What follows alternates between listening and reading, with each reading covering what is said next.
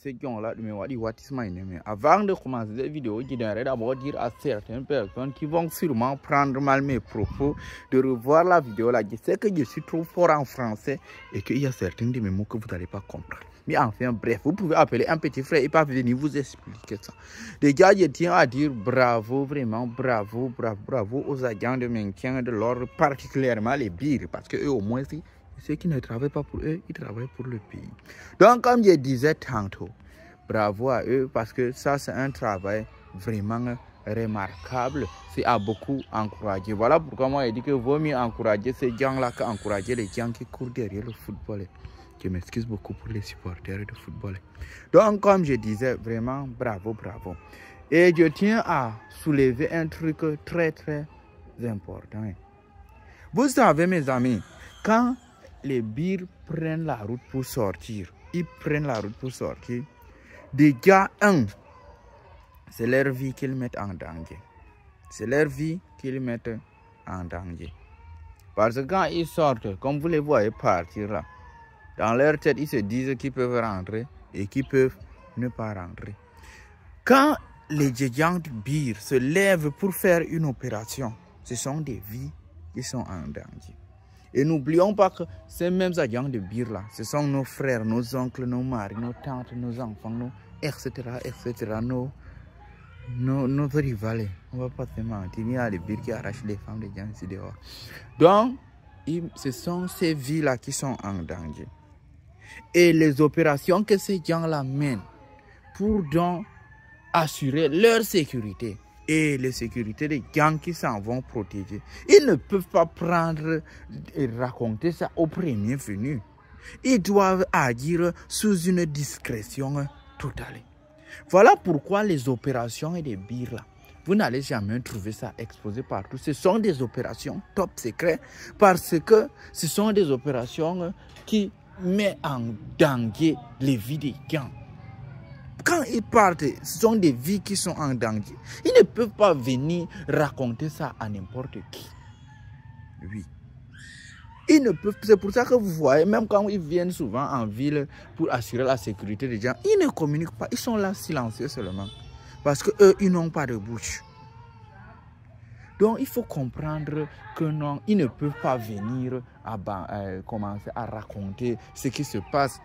Toi-même, par exemple, ils sont en train peut-être de traquer un voleur. Ils vont venir chanter au quartier que non, on tire tel voleur, et le voleur là, il va rester.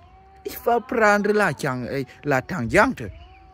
Donc, il faut comprendre que le fait que ces agents de maintien de l'ordre n'ont pas communiqué par rapport aux opérations qui se menaient, ça, c'est le professionnalisme. Même les gendarmes, même les policiers, c'est toujours comme ça qu'ils font. Vous attendez seulement que eux, ils sont basés, orientés, résultats. Eux, ils ne sont pas dans les détails. Eux, leur problème, c'est qu'ils se sont fixés des objectifs. Aller récupérer quelqu'un, ils sont partis, ils ont récupéré. Je ne dis pas que je peux comprendre ce que a ressenti la famille des otages au moment où on a enlevé leurs enfants. Non, tout ça, c'est faux. C'est faux parce que je ne peux même pas imaginer la détresse dans laquelle était la famille là. Parce que c'est très grave. Sachant que tu es là comme ça assis, ton enfant est dehors et en danger. La panique, c'est normal. Donc, il faut comprendre certaines choses. Maintenant, moi, je ne rejette pas la faute du silence sur les billes. Parce que être silencieux, c'est d'abord leur boulot.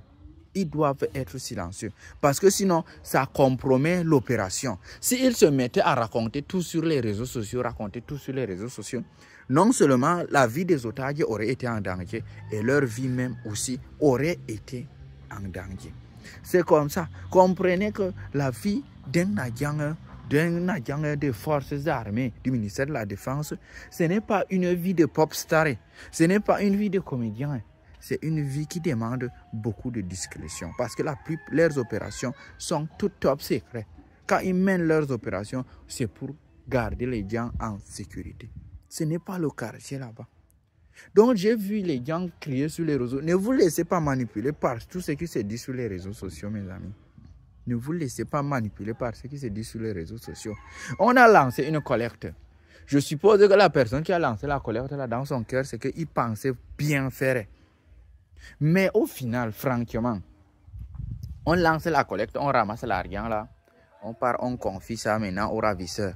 Qu'est-ce qu'ils vont faire de l'argent là? Ça, c'est une manière d'encourager une entreprise criminelle. Voilà ce que moi j'ai dit.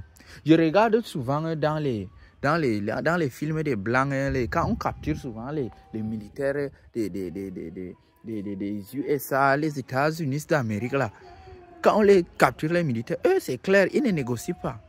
Ils ne négocient pas. Ils cherchent à gagner du temps parce que eux ils savent que non, il y a des gens qui vont se lever. Il y a même les agents, les bires que vous voyez là ne vont nous abandonner en brousse. Jamais. Ils vont toujours se battre. Ça peut leur dépasser parce que ce sont des humains comme nous. Mais jamais ces gens ne vont se lever et nous abandonner. Parce que eux, au moins, c'est moi qui ai confiance en eux. Quand il s'agit de débarquer sur le terrain et faire un bon travail, non, eux, au moins, ils travaillent. Enlever l'argent, donner dehors là. C'est peut-être l'ignorance et le manque de connaissance du métier. Mais je vous jure, un Cameroun meilleur est possible. Chacun dans son domaine. Laissons chacun faire son travail. N'empiétons pas sur le travail des gens. C'est comme ça qu'un Cameroun va être meilleur. Maintenant, les autorités compétentes, c'est à vous que je parle. Vous avez le devoir de rassurer la population. Vous avez le devoir, pas peut-être tout dévoiler, mais vous devez quand même rassurer. Je ne dis pas dévoiler, mais rassurer la population. Parce que vous êtes les parents. En tant qu'autorité compétente, tu es le parent d'une localité. Tu dois venir rassembler les gens, les rassurer. C'est ça votre travail. Mais vous pensez que non, vous ne devez pas, vous allez parler. Donc voilà mon avis. À celui qui prend ça mal, on va prendre ça mal. Merci. Voilà.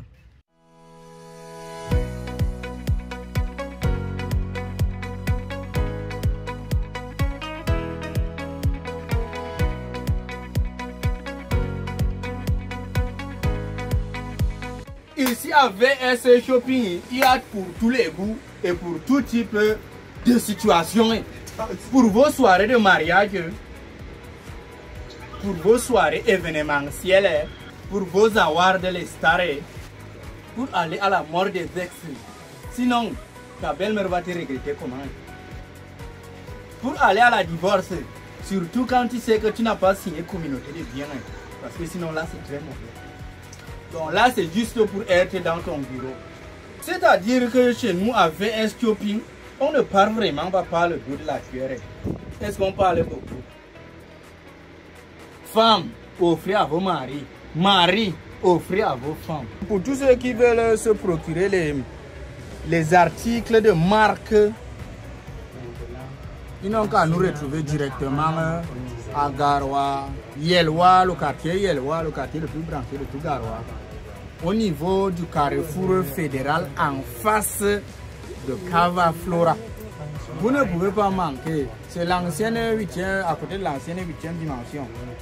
Dire que où que vous soyez sur cette planète Terre ou à l'extérieur, on va vous livrer bien sûr à votre frère. Nous avons même notre babana ici là. C'est lui le livreur. Si quelqu'un d'autre vient vous livrer, vous pouvez aussi accepter. Du moment que vous êtes déjà arrangé à la base.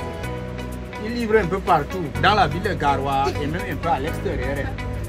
Kashiga, Fugil, même si c'est VS Shopping qui vous livre, je suis là.